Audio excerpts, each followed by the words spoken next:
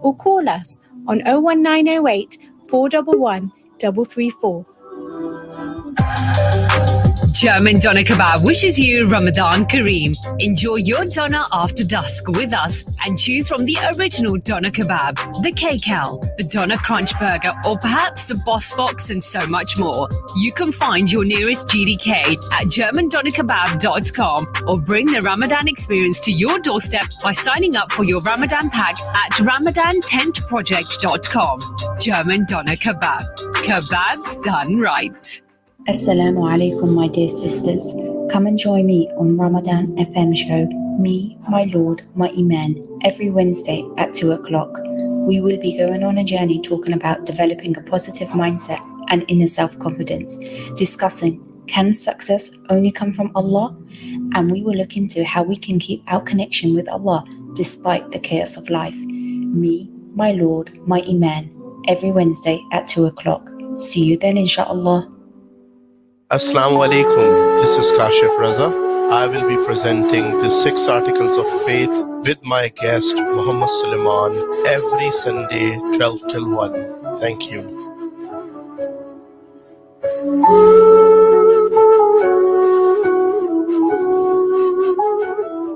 For a list of all our sponsors, please visit ramadanfm.com. Ramadan, Ramadan, Ramadan, 87.9 FM. Welcome to the Ramadan Reading Retreat with Aisha, Rumaisa and Sherza. Flip away from life's distractions, grab a cup of tea, and let's delve into this week's cozy conversations. Come on in.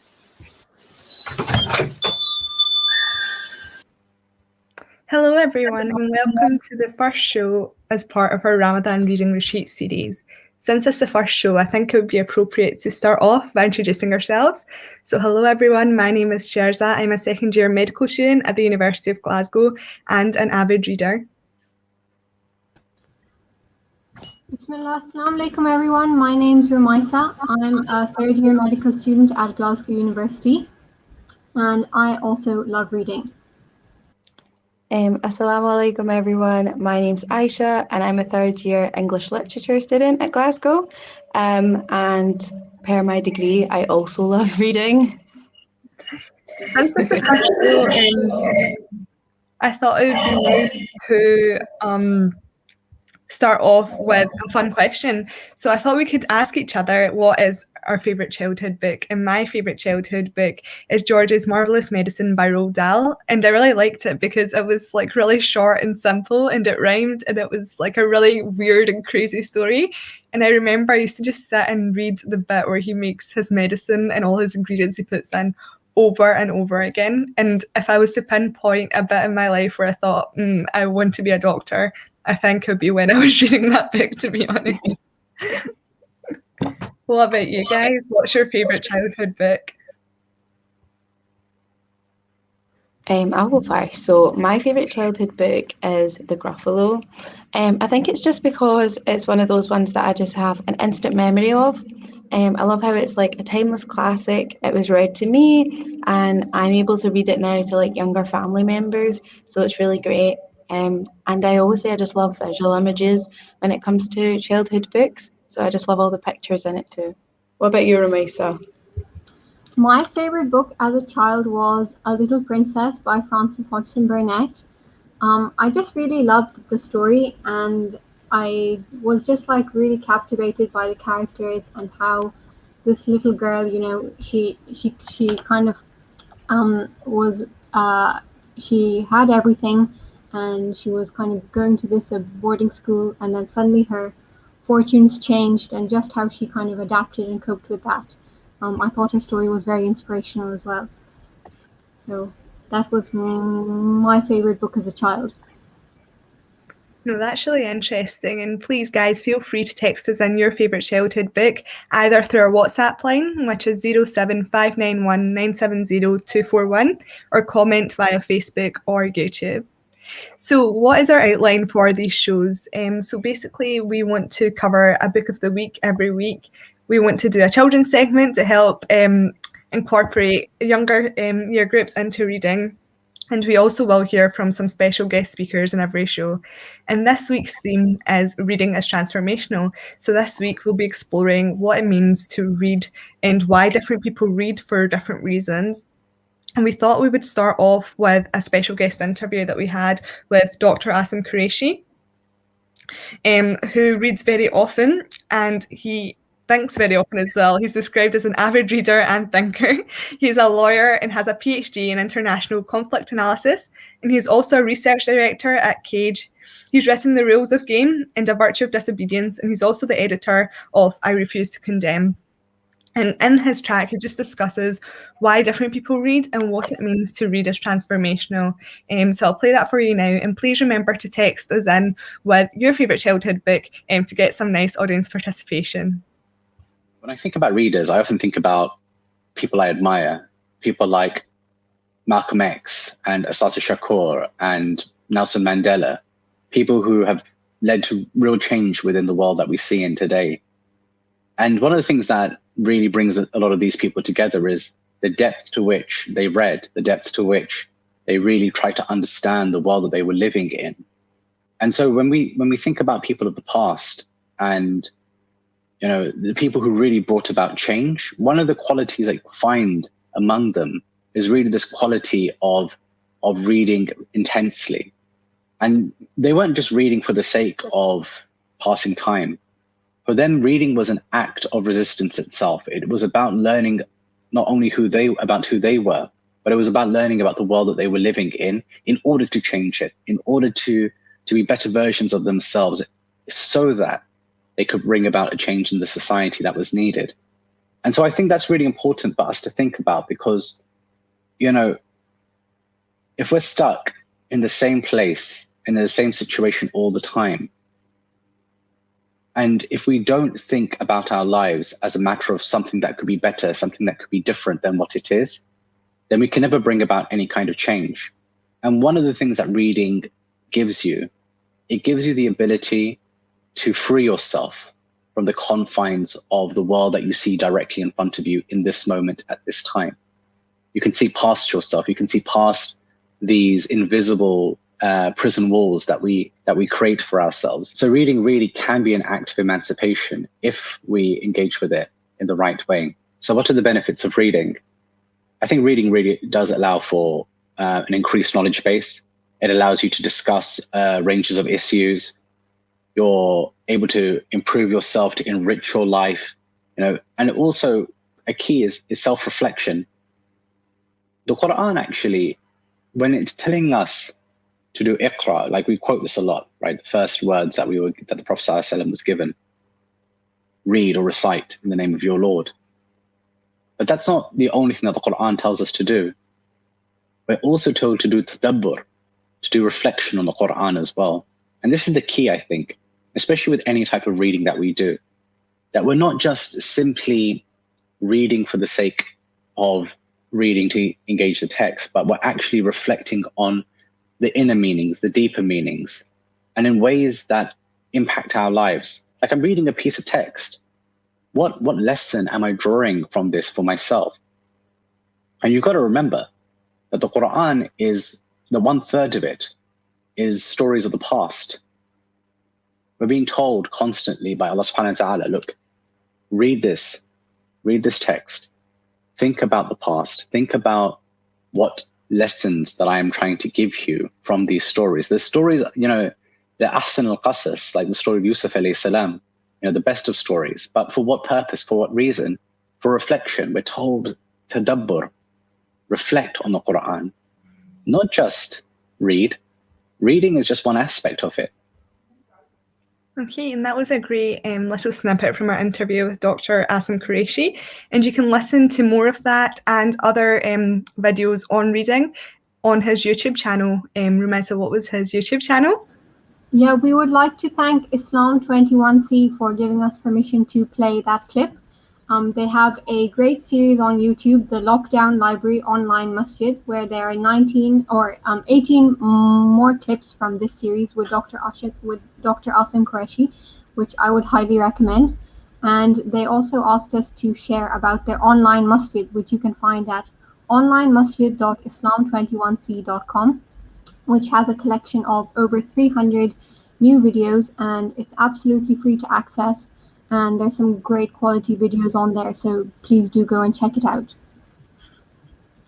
Great. So I think that was a really good outline of what our show will cover today. So we thought about how it's important to reflect on readings, and we heard about the Quran there as well. And I think that draws us really nicely into our book of the week. So I think once you kind of hear like a transformational book, a book that really makes you reflect, most Muslims would think of the Quran as the first book. And of course, it's not just a book, it is the word of God.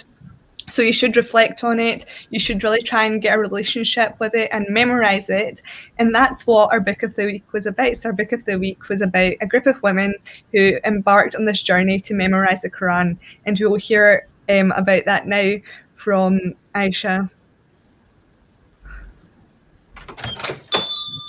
Allah's Messenger, may peace and blessings be upon him, said, "The strong is not the one who overcomes." Sahih Bukhari.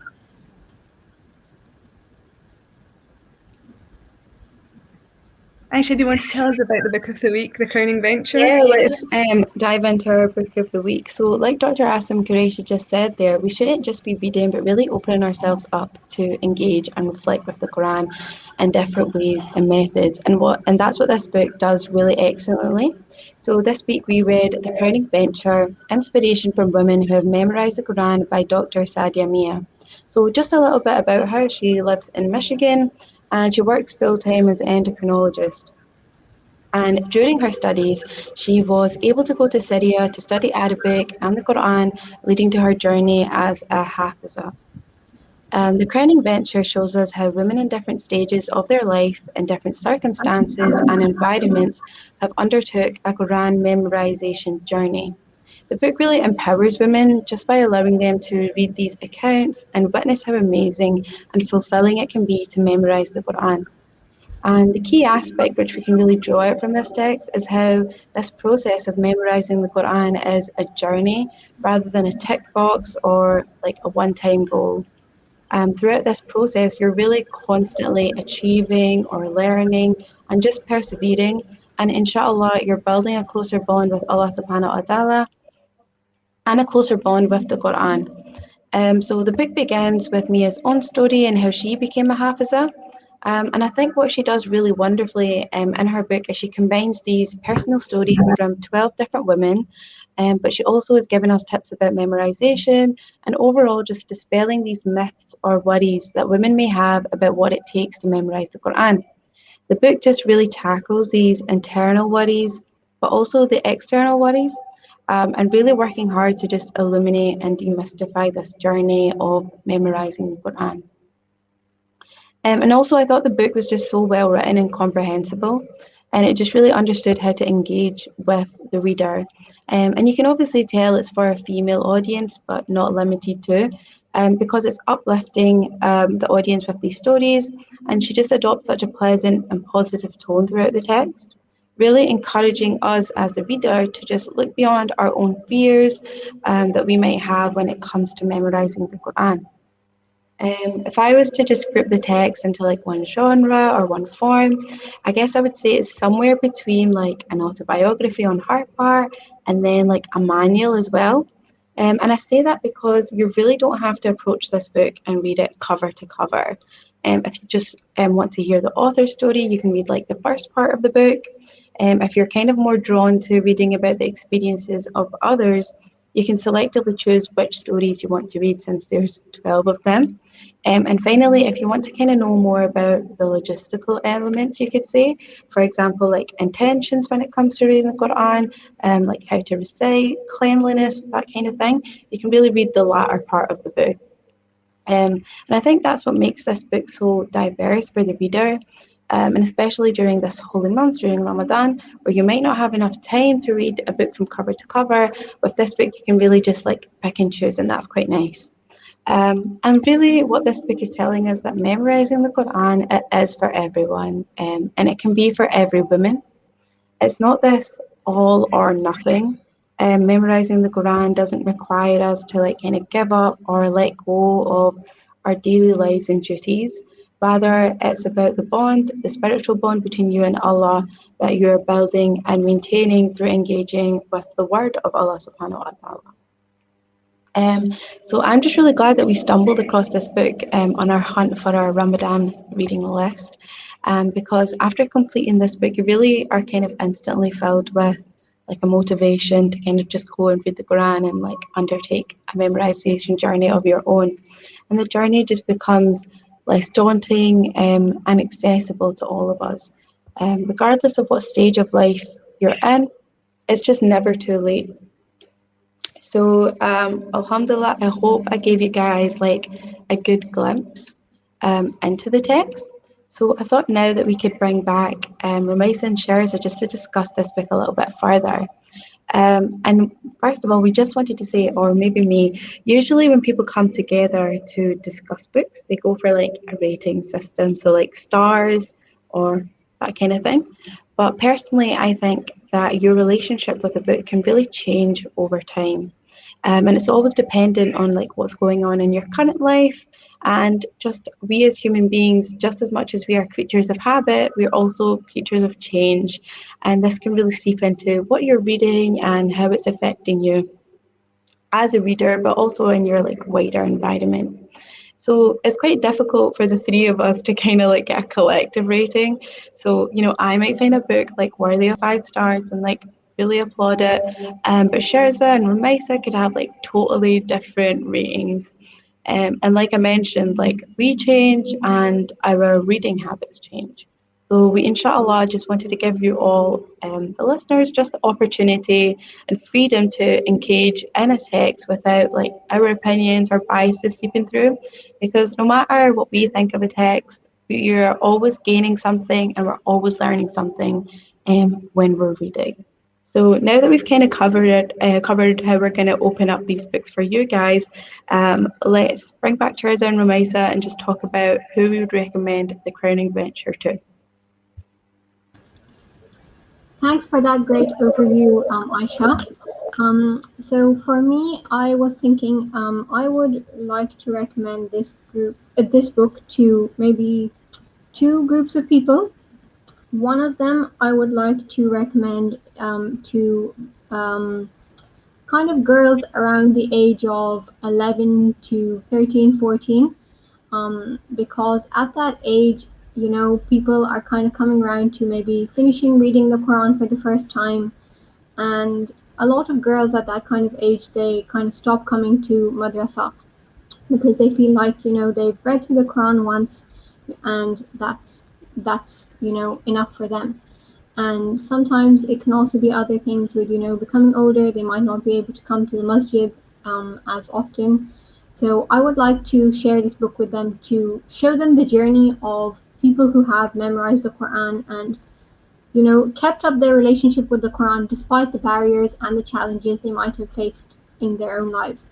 And because this book is so uplifting and heartwarming and really honest as well in its description of the challenges, I think this would be a good book for that age group. And not only is this book good for girls, it's also good for boys. So, you know, just to kind of make them more aware of some of the challenges that might be specific to women in memorizing the Quran. But also because the advice in this book is so general and so relevant to anyone trying to, you know, develop a better relationship with the Quran. And the second group of people I would recommend this book to is maybe those people who already have an established relationship with the Quran. Maybe they're used to reading, you know, 1 juz or 1 sapara a day or a week, but they've never really thought about memorization. And I think that they would really benefit from this book to make them realize that, you know, no matter what age you are, it's always possible. Even if you just memorize 1 verse a day, you know, doing something is better than nothing, because when it comes to the Quran, the journey is the destination. So, yeah, those are the kind of groups I would recommend this book to. What about you, Sherza? I think I would kind of recommend this book to a lot of people just because, as Aisha mentioned, each chapter covers the story of a different like woman, and one of them will be relatable to you in some aspect. Like the author, for example, she spoke about her journey memorizing the Quran before she started medical school. Other people in the book, they were like mothers, they were like really busy businesswomen, they were across like different parts of the world, they were really young, they were like really old as well. So I think I would recommend this book to like all those groups, just because it covered so many perspectives. And I think it just goes back to what Dr. Asim Qureshi was saying, like reading is really a way to get other people's perspective and dive into worlds you wouldn't really think about diving into, which kind of makes me agree with Rumaisa's point. Like, even though the book is centered around like sisterhood and women and like overcoming barriers that are kind of imposed on females, I think I would recommend this book to like men as well, just because it's good to expose yourself to such challenging topics and kind of open up your perspective and recognize that other people do face challenges, and that way you can help them overcome that challenge as well. So yeah, I would recommend it to anyone who has either already got a good relationship with the Quran and wants to take it to that next step through memorization, because the book gave really good like tips and tricks of how to start your journey, like how to do it. And I would also recommend it to people who maybe haven't read Quran in a while and want to reconnect with it, because as Aisha was saying, like the moment I read that book, I just wanted to actually put that book down and pick up the Quran and just read like one surah or like one juz. So I think it is a really good Ramadan read. And again, it does discuss barriers, and some of the barriers to reading were quite difficult to hear about. I think in the way I've been brought up, I've never really thought like, I can't do this because I'm a girl, or I can't do that because I'm a girl. But a lot of these women did face that challenge. So I just wanted to ask our audience, as well as the other question that we asked them at the start, which was, what's your favourite children's book? I also just want to ask you, like, what barriers to reading have you faced, and do you know how to overcome them? Have you overcome them, or are you still trying to overcome them? And please text us on the WhatsApp line 07591 970 241, or message through Facebook or YouTube through the comments. And it would really be fun to hear what other people think about The Crowning Bencher if you've read it, what they think about like our show, or the two questions we've asked them. Yeah, like you were saying, Sharza, the biases that Mia talks about in her text are just so important for different audiences, regardless of what sex you are, to kind of engage with. And also, like Dr. Asim Qureshi said earlier, we're stuck in the same situation sometimes, and we never think of our lives as something we're constantly bettering. In the sense of our readership and how we're reading. And I think that's something that this text can really expose an audience that is maybe like entering a new chapter in their life. Like maybe you've just started university, or you're graduating university, going into a new job. Maybe you've just had children, you're getting married. There's all these kind of big things that happen during your life that kind of feel like they're uprooting something within you. And this can be something, this book can be kind of like a text that you can read that really kind of gives you something to look forward to, or something to immerse yourself into, that is going to constantly better you as a person, because you're going to be constantly reflecting on the word of Allah subhanahu wa ta'ala, hopefully after you've picked up this book and thought about memorizing the Quran. And just reading about other people's experiences, like I mentioned earlier, really kind of demystifies the memorization process. It doesn't make it seem so like daunting, and that's what makes it more like accessible for women as well. But yeah, I think that would be like just such a great group to recommend this text to. Now, moving on to what we're going to be reading next week. So maybe a lot of you guys weren't able to read along with us this week, but inshallah you'll be able to read along with us next week. We're going to be reading Martin Lenz's Life of Muhammad Sallallahu Alaihi Wasallam. It's a seerah, and it won a seerah award, I think, as well. I'm not sure of the year, but yeah, it's a really great seerah to get into. It's always good during Ramadan to kind of read about the life of Muhammad Sallallahu Alaihi Wasallam, just learn about these historical contexts, because they really play into when you're reading the Quran as well, and kind of help you put like two aspects together. So that is the book we're going to be reading next week. And yeah, do you guys have anything to add about our next week's read? I just wanted to say that when you read Seerah, you realize that a lot of actually important and significant events during the Seerah actually took place in Ramadan. So when you read Seerah and you kind of refresh yourself, you can kind of look to those dates, and you can kind of appreciate those things that happened on those days even more. Yeah, definitely. We've been getting some lovely audience participation, so keep the texts and everything coming in, guys. So we asked you at the start of the show, what's your favourite children's book? And we've gotten some responses in. So someone's texted in saying, my favourite children's book is the Artemis Fowl series.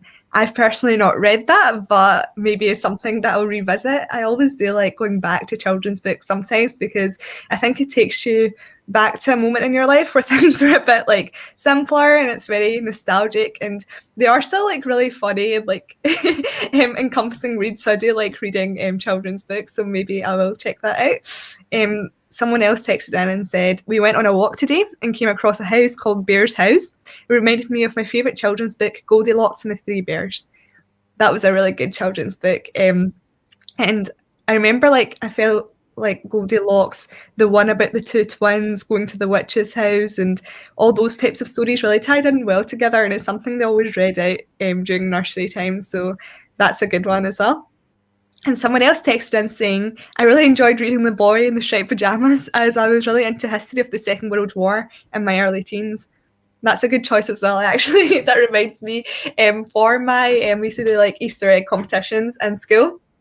And during my primary 7 Easter egg competition, I don't know why, but I thought it'd be a really good idea to do like an egg decorated as a boy in the striped pajamas. So I put him into like a little like stripy outfit, and I put him like behind like the bars and everything. But I did win that year, so it was a really creative idea. And we'll be looking more into like deeper books and more transformational reading after the break. We've got two really good guest speakers. One is part of our children's segment, which is really exciting, and the other one is one of her close friends, Samia Omar, who tells us about a book that was transformational to her. But please keep texting in, guys. We want to hear about your favourite children's books, and you can text in through the WhatsApp 07591 970 241. It's also linked on the Ramadan FM website, so if you press on the WhatsApp icon on the website, it should take you there. And you can also comment on our Facebook and YouTube to let us know what you think of our show so far and answer our questions. We also asked you what barriers you face to reading, so it'd be really good to get an idea of maybe barriers you've overcome or barriers you're still working to overcome, because that ties in really well with our book, Crowning Venture, which was this week's read. But inshallah, we'll be going on our break soon, and we'll come back with some guest speakers who will be talking about like their transformational books. We'll also look at Quran reading again. Quran reading is transformational, and Rumaisa will take us through that. But yes, please text us in with your favourite children's book or barriers you face to reading.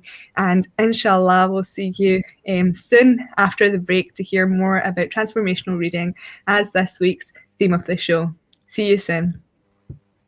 Radio Ramadan 87.9 FM, keeping you company throughout the holy month.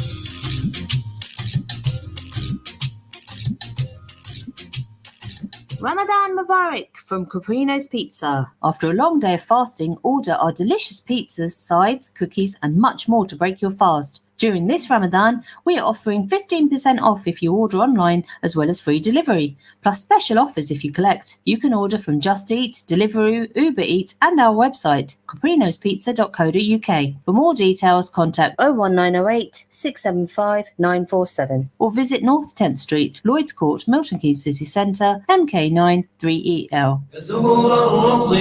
Allah has bestowed us with another Ramadan. Its days are the perfect time to help the suffering Ummah with our supplications and our charitable giving. Make the difference with UK charity Ummah Welfare Trust by supporting its emergency, development and Ramadan programs. We are part of the Ummah, and the Ummah is a part of us. So be generous and donate for our brothers and sisters this Ramadan.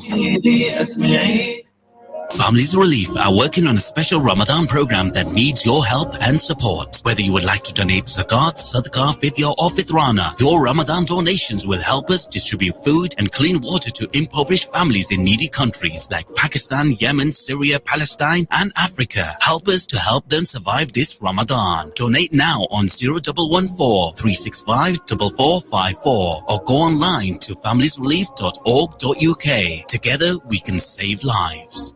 Where there is extreme poverty, there are always orphaned and abandoned children. Every 2.2 seconds, a child loses a parent somewhere in the world. There are over 200 million orphaned children worldwide.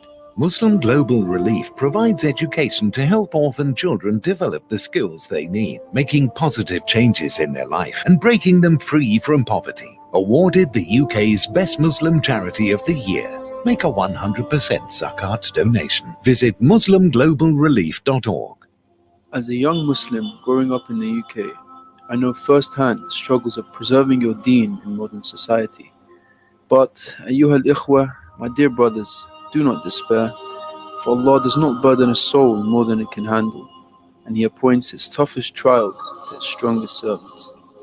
Join me, Muhammad Salim, as we explore the divine Islamic wisdom from our great book and our great Prophet sallallahu alaihi wasallam that will help us confront the core issues facing our youth. Your wealth, your religion, your children, are they safe? If you live in England or Wales, you need a will. Find out all about this religious duty with Hassan and Muhammad Suleiman every Tuesday 6 p.m. to 7 p.m. with a live Q&A on each show, The Islamic Will Show with Hassan and Muhammad Suleiman, exclusive on Ramadan FM. For a list of all our sponsors, please visit ramadanfm.com. Ramadan, Ramadan, Ramadan, 87.9 FM. Welcome to the Ramadan Reading Retreat with Aisha, Rumaisa and Sherza. Flip away from life's distractions, grab a cup of tea, and let's delve into this week's cozy conversations. Come on in. Hello everyone and welcome back to the second half of our show in Ramadan Reading Retreat, which is exploring the theme of reading is transformational this week. Before the break we heard from Aisha about our book of the week, which was The Crowning Venture. We heard a clip from Dr. Asim Qureshi about why reading, reflection upon reading is really important. And you can listen back to the first half of our show if you missed it through Ramadan FM on Facebook. So welcome back everyone, and before the break we also asked you the question of what's your favourite children's book, and we got a few more responses during the break. So someone texted in saying that their favourite children's book was The Very Hungry Caterpillar, which is again a very good one. Lots of pictures like Aisha mentioned, like in the Gruffalo, and yeah, it was a really fun book to read. So thank you, and keep those answers coming, and also let us know about what barriers to reading you face. So after the break now, we'll be hearing from our children's segment. Rumaisa, do you want to introduce our children's show coordinator? Sure. So our children's segment, it will be generally reviewing a children's book written by a Muslim author or on an Islamic theme generally. And so we have our very own resident 12-year-old, Mawahid Zubairi, who is a voracious reader. And so this week he will be reviewing a book called Planet Umar, Accidental Trouble Magnet. And I'll just read out the blurb to give you a flavor of the book before you hear from Mawahid himself. Welcome to the imaginative brain of Umar. You might not know me yet, but once you open this book, you laugh so hard that snot will come out of your nose. It contains a new school, a stinky class bully, a dragon and a zombie, an Eid feast, yay, and Eid presents, double yay, and a whole heap of trouble.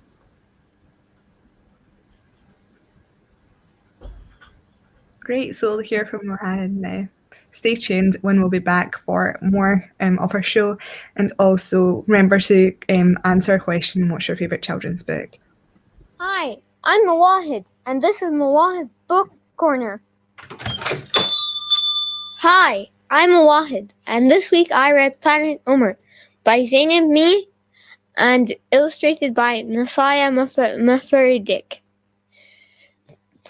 Planet Umar is a book great for 7 to 9-year-olds. I'm a bit older than that. However, I was kindly given the book by the Muslim Writers Awards. It is written in a similar style to Tom Gates, just a Muslim version. What I think the book does really well is in how Muslims are represented. I don't know about you, but I've read countless books where they're just a stepping stone for the main character or just misinterpreted. In Planet Umar, his mum is a scientist, wears a hijab, and a good person in general. Umar struggles with the same problems as people his own age, but he looks towards Allah in all of them. When he's scared, he says the Ayatul Kursi. When he's lost, he goes to the mosque for safety. The main antagonist is a bully, who also turns out to be racist. Also, the neighbor just doesn't like them very much. As the book was for younger readers, I didn't feel the antagonists were a convincing threat with real motives. But they are racist, and sometimes people are for just no reason. The book ends happily ever after, but I think it's important because if it ended any other way, it would be unsatisfying seeing him do so much good and it ends with no impact. But all in all, I would recommend it for 7 to 9-year-olds. Great, and that was a lovely summary from Wahid, our children's segment coordinator. And what I thought was really interesting about that book, actually, Planet Omar, was how deeply actually explored some issues, but I did it in a nice children's friendly level. And I think it is important for children to also see themselves in the book characters they read about or the TV shows they watch. And I really liked hearing that there was good Muslim representation, because as Moa had mentioned, that is so rare in Western media or even in other types of media. So I thought that was really nice, and it would be a good book for maybe the younger ones to read.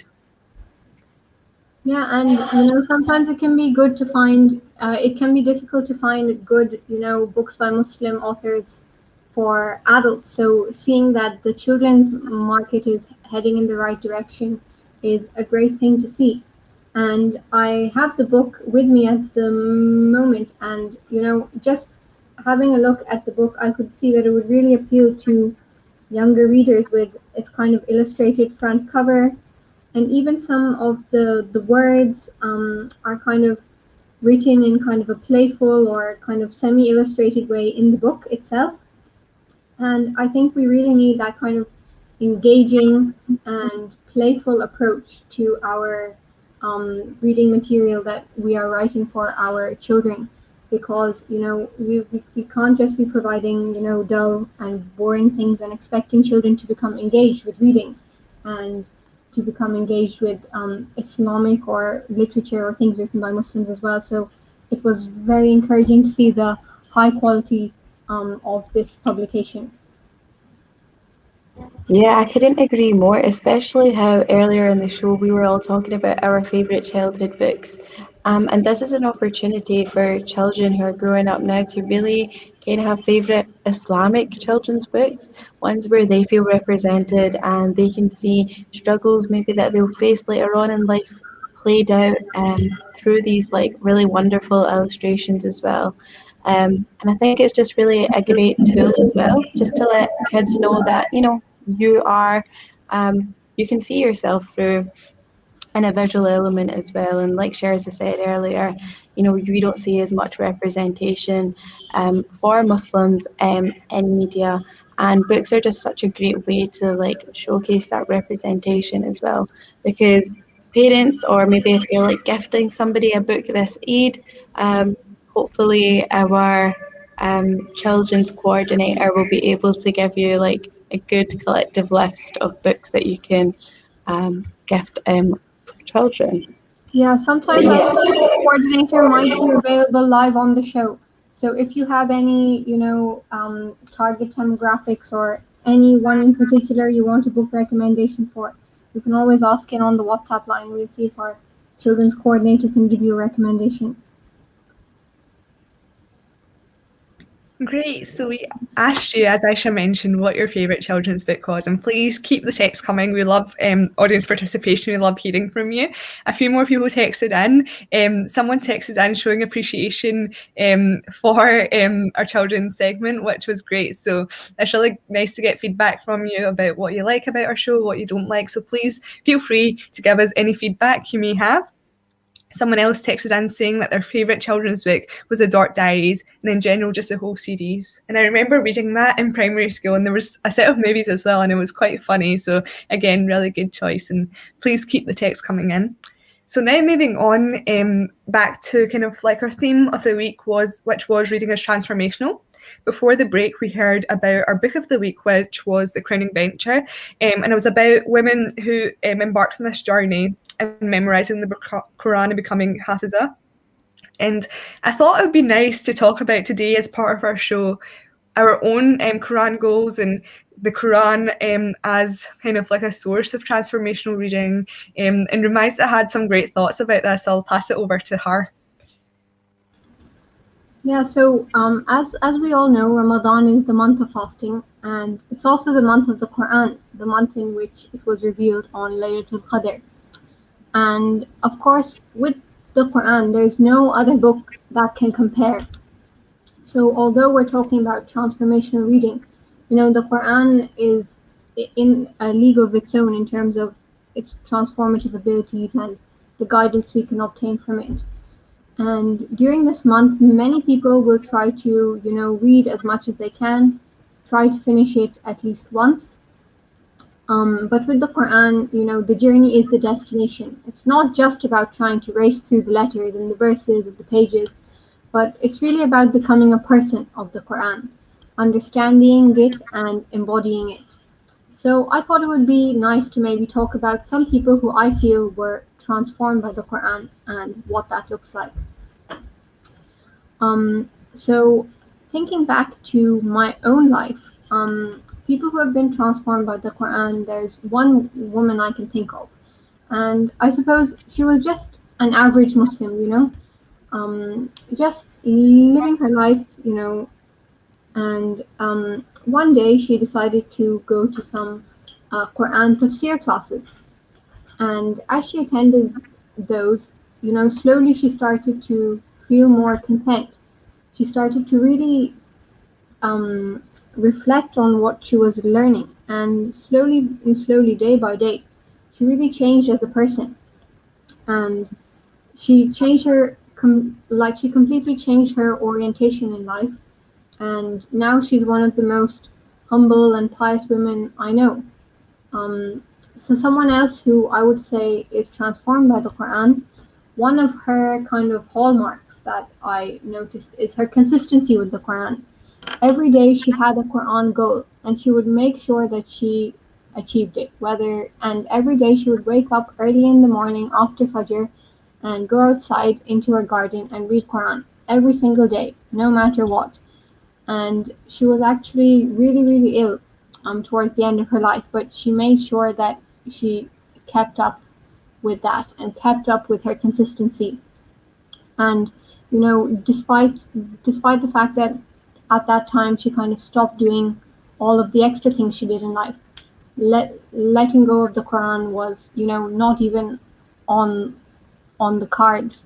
So you could really tell that she was transformed by the Quran, because she had this relationship, but then with the Quran, but in her kind of actions and her demeanor, and when you spoke to her, she was so calm, so cool, so temperate, and even when she's faced a lot of difficulties in life, her response to them was so different to the people around her that you could just tell that there was something special about her, and I think that really came from her relationship with the Quran.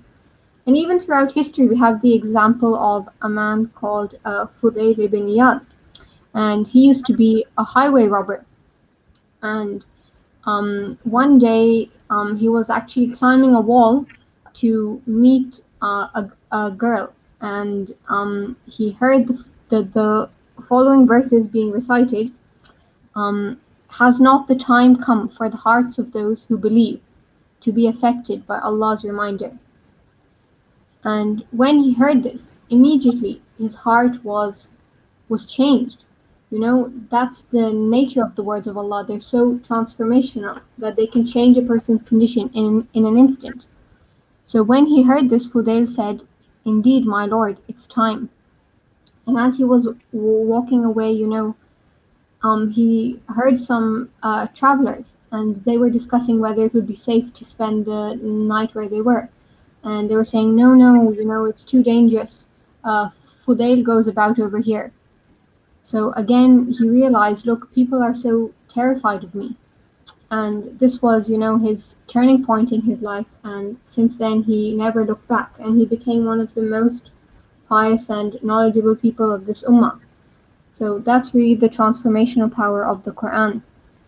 Aisha, do you have you met anyone who you felt was transformed by the Quran, and what did that look like?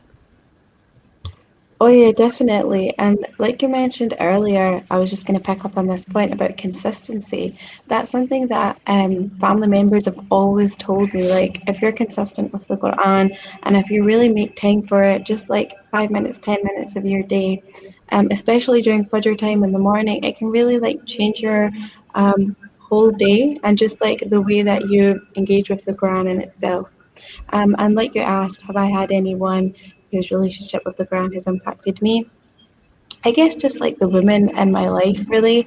Anytime that they are having personal worries or any kind of issues in themselves, the first place that they will turn to is just maybe increasing how much Quran they're reading and really just changing the way maybe they're reading Quran, changing what surahs they're reading. And sometimes it can feel quite daunting when people say, oh, maybe you're not feeling so good, just read the Quran, just read the Quran. But maybe like, but when somebody says, oh, you should read Surah Yasin or read this surah or read this surah, if you're feeling a certain type of way, or maybe like read Surah Yasin every day after Fajr. And just those little kind of implementations of Quran into your daily life can really change the way you engage with the Quran in itself. And it's easier to build the Quran then into your routine. And like you said, you can really see the impact that has on people that when they integrate that the Quran and just that daily reading and that consistency into their life, because they really do just feel like lighter and happier and just more content with kind of like trials that might come towards them. But yeah, what about you, Sherza? Have you kind of seen any impact in the people of their life as they've been transformed by the Quran? Yeah, definitely. As you mentioned, you can definitely tell when someone has that close relationship with the Quran. And again, going back to our book of the week, The Crowning Venture, a lot of these women were talking about how once you become a Hafiza, you become like the form of like a walking Quran.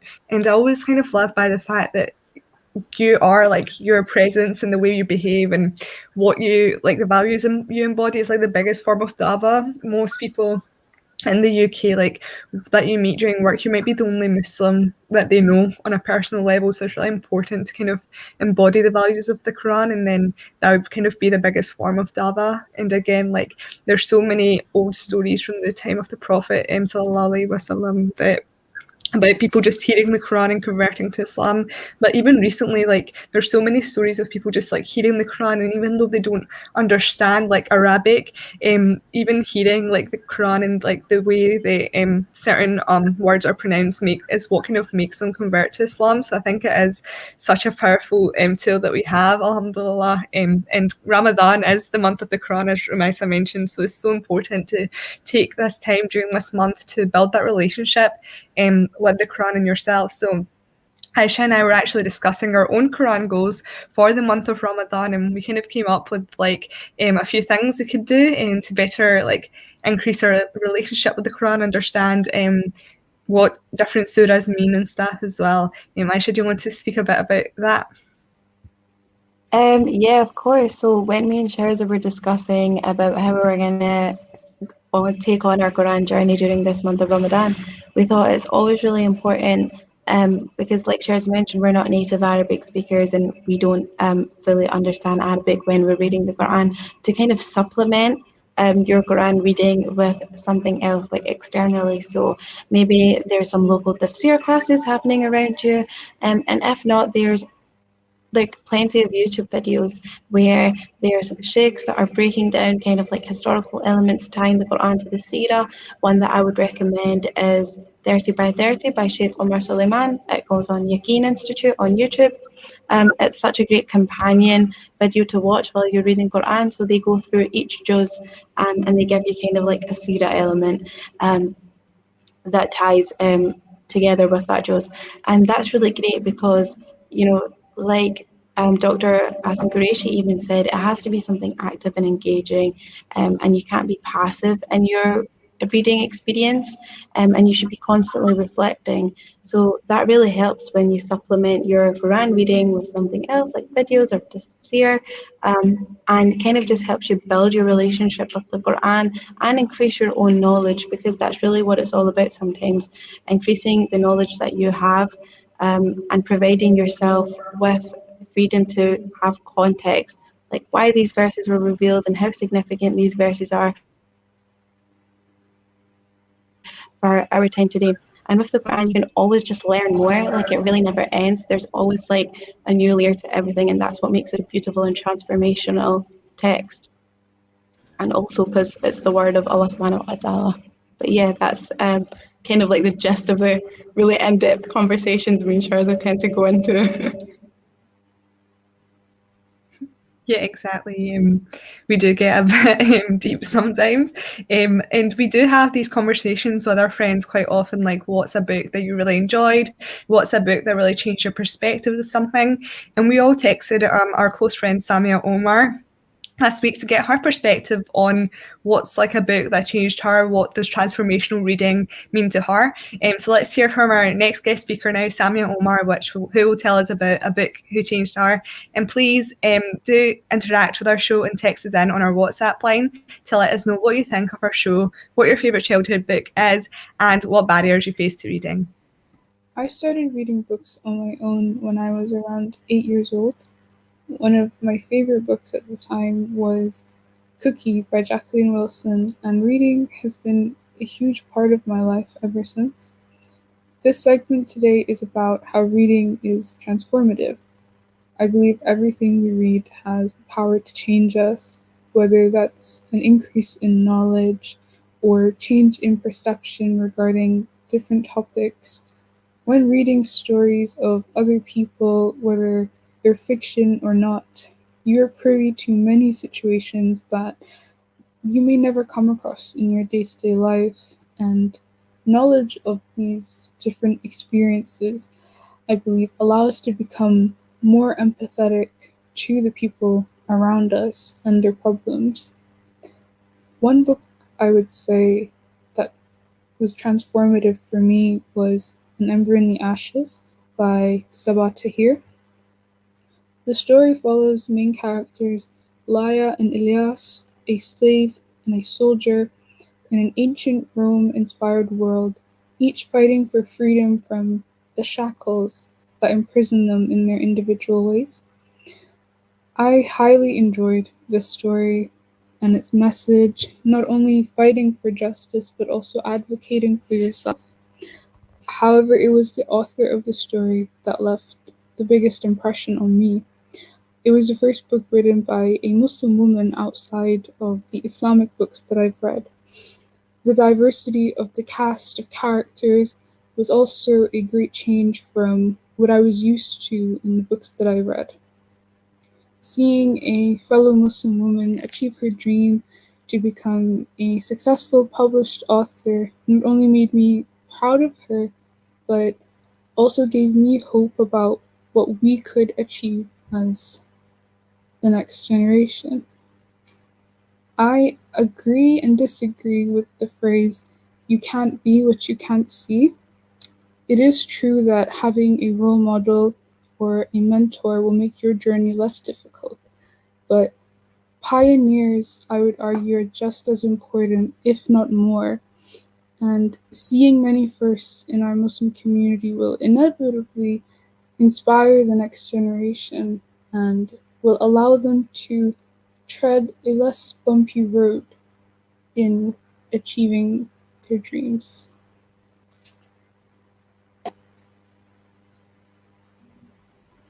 Great. So that was Samia Omar telling us about her thoughts on transformational reading in a book that was transformational to her.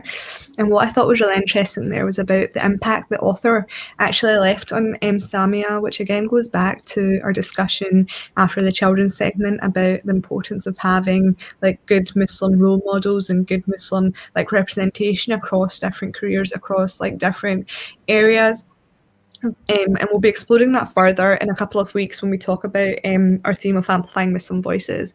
But what did you guys think of that little extract by Samia?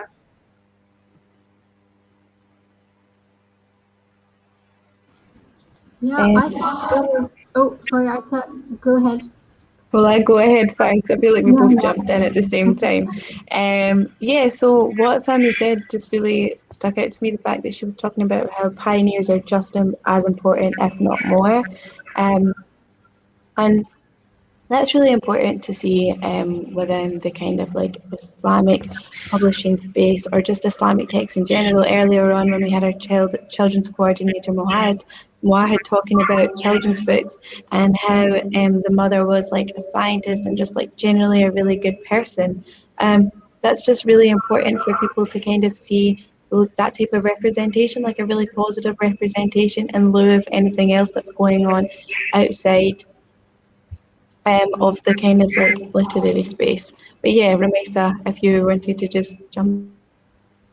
Yeah, I thought it was really kind of inspiring how she talked about you can't how she kind of agreed and disagreed with you can't be what you can't see, in that we've really got to be pioneers even if the way for us isn't already paved.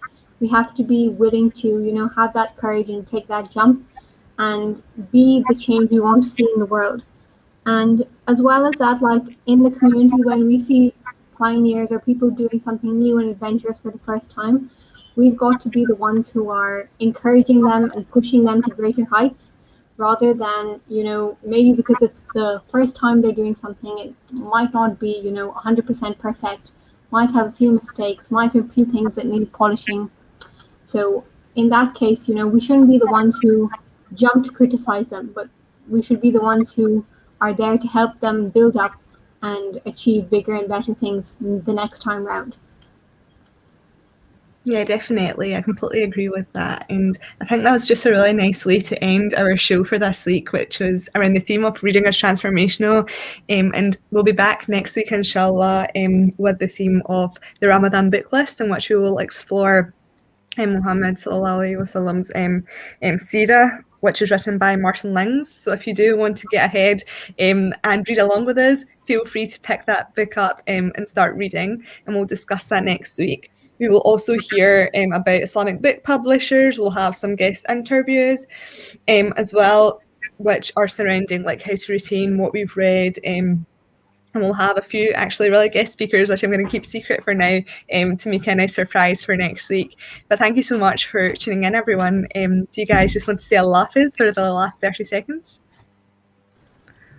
And thank you very much. Assalamu alaikum. Thanks for listening in. Yeah, assalamu alaikum everyone. Jazakallah for taking the time out today and listening in to us have a little conversation all about reading as transformational, and hopefully we will see you again next week. Remember us in your iftar duas. Yes, remember us in your duas and happy reading, and see you next week for the theme of the Ramadan book list.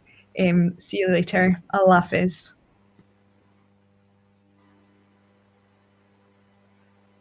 This is Ramadan. Feed your soul while your body fasts. Do